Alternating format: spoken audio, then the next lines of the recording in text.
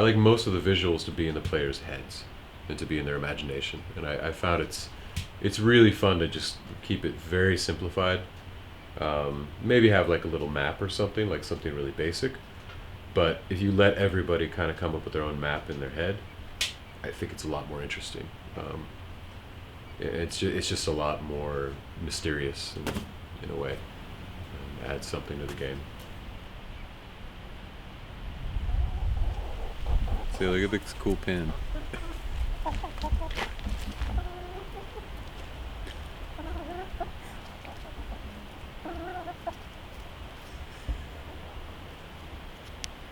Pretty neat.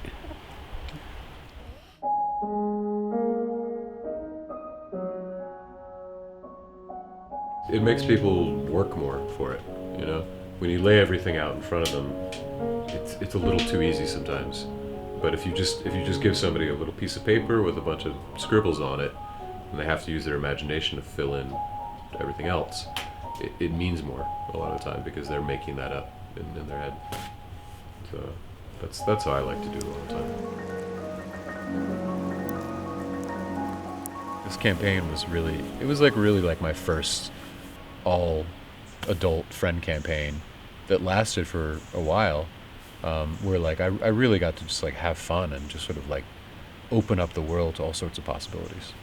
And there weren't a lot of like super experienced players there. That isn't a bad thing usually, but it can be cumbersome when they have a particular way of playing, and if you do something different than that, like it's hard for them, or they're just not having a good time. But with this group, everyone was like pretty fresh, but they're really open and had a lot of imagination, and it was just fun. I mean, it was just like a really like nice time as a group of friends to just spend together. Oh, what works? How the game Dungeons and Dragons work. Oh God, really? This is my favorite monster manual, and this one's infamous too because I just always liked the illustration. Like, this was the first D&D book I remember seeing when I was a kid that was in my brother's room or something, and I just really liked this guy. This is a Githyanki, and it's notorious because most of these monsters are just, if you play them the way that they're made, they're incredibly hard to kill. Or it's not just that though; they're really just ridiculous. I gotta find it, but there's one monster it's just a stalactite. So it's a sentient stalactite that falls when you come by. That's the only thing it does ever in its life, is just drop on people, which is kind of ridiculous. This is the book. This is my brother's book.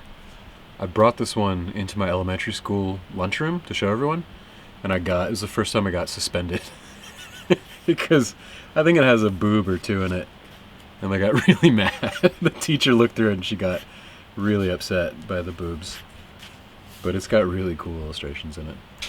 So I'm the dungeon master running the game, and some people call it game master these days, but that's just because they're afraid of the word dungeon master, and they shouldn't be. I prefer DM.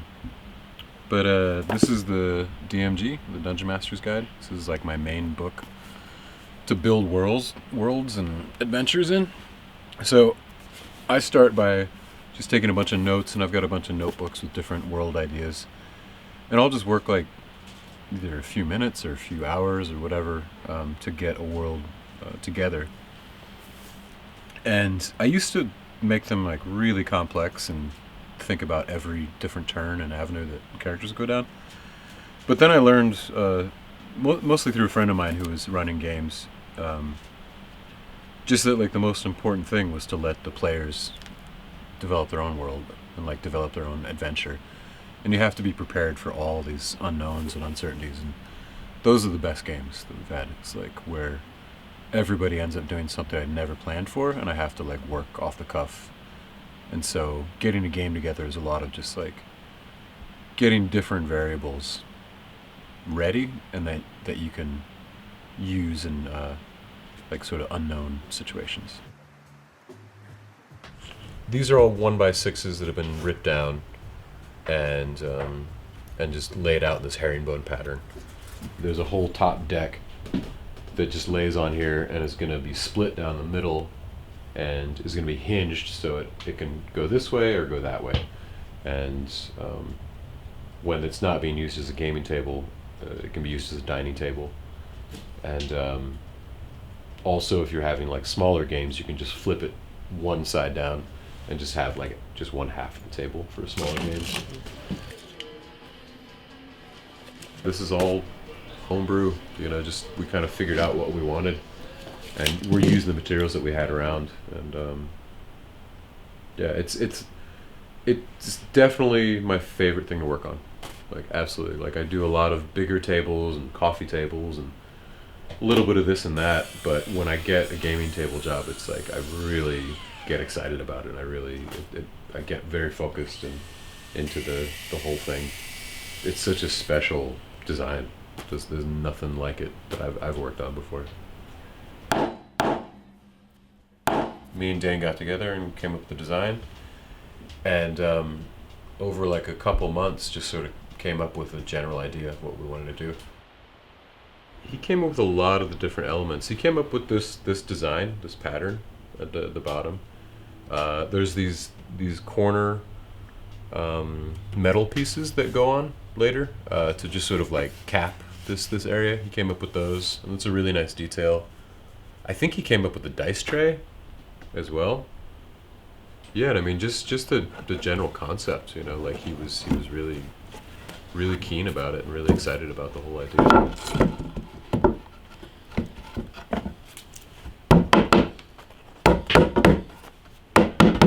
I think Dan came up with this idea to add a chalkboard on the underside of the table, so that you could make maps or keep notes during the game.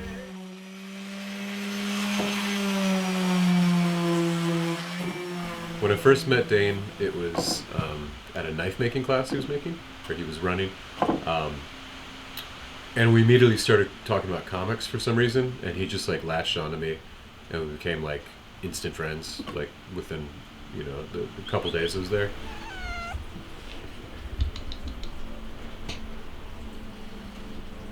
So let's check the progress of work. A few months later, he came by my place and wanted to start a blacksmithing shop, and I wanted to get a bigger furniture studio. So we got together and came up with an idea, found a space, and when we were building the space, I was like, well, what are we going to do for the roof? We should get some fabric or to stretch across these two containers. That's what everyone else is doing. And he was so adamant about having a metal roof, because he was like, no, like we need a metal roof to go across there with some beams and stuff. So because I want to hear the rain on the metal roof when we're working. And it was just like really important to him, and I thought that was really sweet. So we did a metal roof. And I did there, and then I did a metal roof here, and I don't know. I always think about him when it rains like this, and I hear the rain on the roof. It's really sweet. So I always think of Danny when I hear that sound.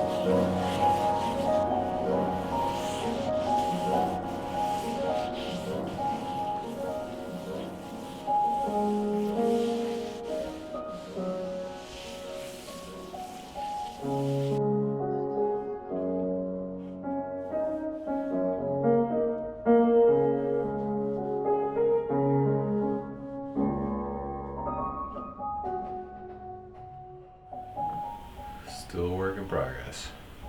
We're getting there.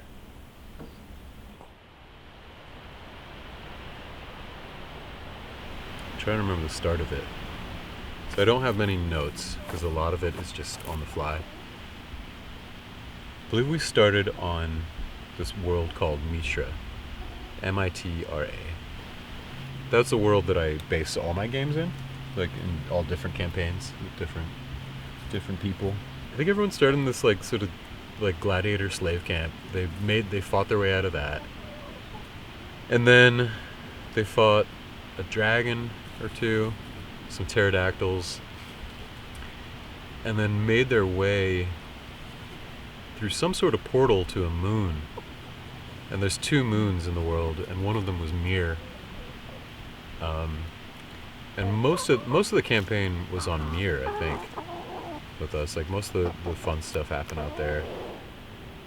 The players were a lot more open to experimentation and just like really going into like unknown territory. People's characters like were just like a some sort of version of themselves in a way, like an avatar kind of thing. Different parts of people's personalities come out in their characters that aren't apparent, in their daily life. And so you almost get to like know a person a little better by the character they're playing. When you take that social atmosphere and turn it into this like group storytelling, and you can also do these things, you can also have dinner, drink, smoke, whatever, like all the regular social activities. But you have this story going along, like this group story going. It just gets really special. It's just adding a new aspect to socializing. That's a lot of fun. It's an ongoing story. I wanted to get a game together, and a few people did as well. Like you did, and Henry did, and so I was like, all right, I think we have a crew. And so we just started playing, and Dane was always like, he definitely pushed the hardest to like have games go and get everyone together and like, just get the campaign going. So we were trying to do like weekly or bi-weekly, bi-monthly games. So this is Dane's character sheet, and this is his character name, Thundaar, Barbarian. He was a level 4, 31 hit points, so pretty tough guy. There was a big fight where Dane's character, I think everyone was mostly unconscious or knocked out, and he just ended up getting some like amazing rolls. Like it seemed like everyone was gonna die, and he got a few really amazing rolls and ended up like spearing this like pterodactyl out of the sky, I think, something like that. And the pterodactyl had this giant claw on it, like a talon, and he ended up ripping the talon off, and they took it to this gnomish encampment on the moon, and he ended up having this giant dino hammer made from the claw. So it was this like flat end and then the pointed end, this big 200-pound hammer for his barbarian character, and it was just this super powerful, fun dino claw weapon that he used a lot. These are his ability scores: strength, intelligence, wisdom, dexterity, constitution, and charisma. Corn longsword is an extra sharp sword. A short sword, which is pretty standard. Oh, an electric whip, which he got from some sort of chainsaw gang on the moon. Remember?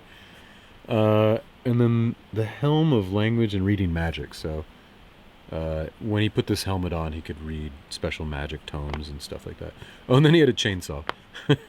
So the game was starting to get into more post-apocalyptic realm. So there's a lot of bikers with chainsaws, like very like Mad Max kind of vibe mixed up with some medieval stuff. So it looks like he had 2 chainsaws that he would wield. And then these are his experience points. So for this looks like nothing to a newer D&D game, but for the old games, this is a lot. This took a couple years to accrue. 42,715 XP.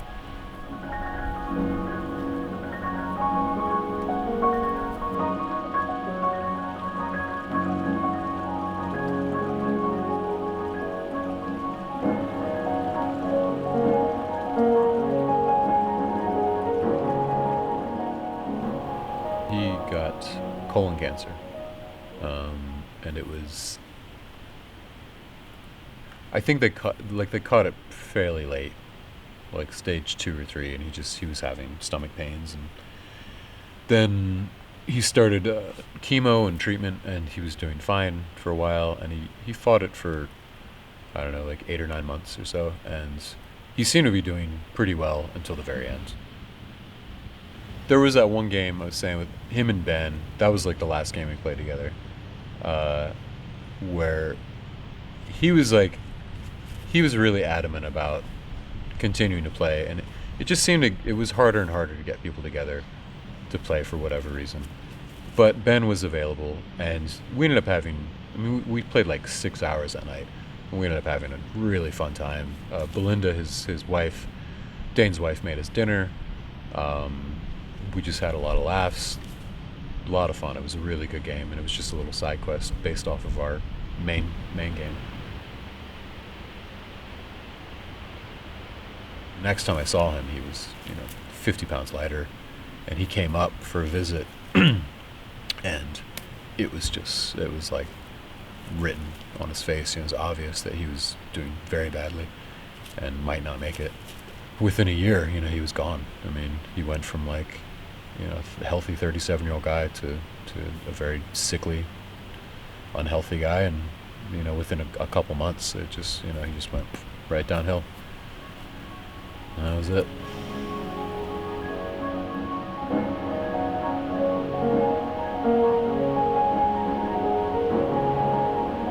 I played his character a few times as like an NPC, and yeah, I mean,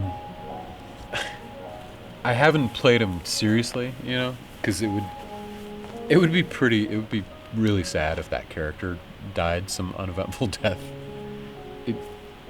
It can and probably will happen at some point, playing the character, but I haven't pushed it that hard, I guess. And I mean, it's been like 2 years ish since Dane died, and I mean, we haven't played in a game since then, I mean, it just hasn't happened. And I think, and I'd like to. I mean, things have changed and people have moved on, but I think we could still get something together. And when that happens, I'll bring the character back out. That character is still there and still alive and still has a dino hammer and all the attributes of Dane. And I mean, he played the character in such like a charismatic, fun way. Like, it'd be pretty easy to just pick up on and use that charisma and personality again to like keep that character going. And I mean, I think he would be, like really happy to see that. So, and that's like the least I could do is play that character for him. And it's really nice to have that opportunity. Thundaar is sleeping in an inn at Greg's place on the moon of Mir with a 4-foot chainsaw next to his bed. And he's, probably snoring away and just ready for like the next fight.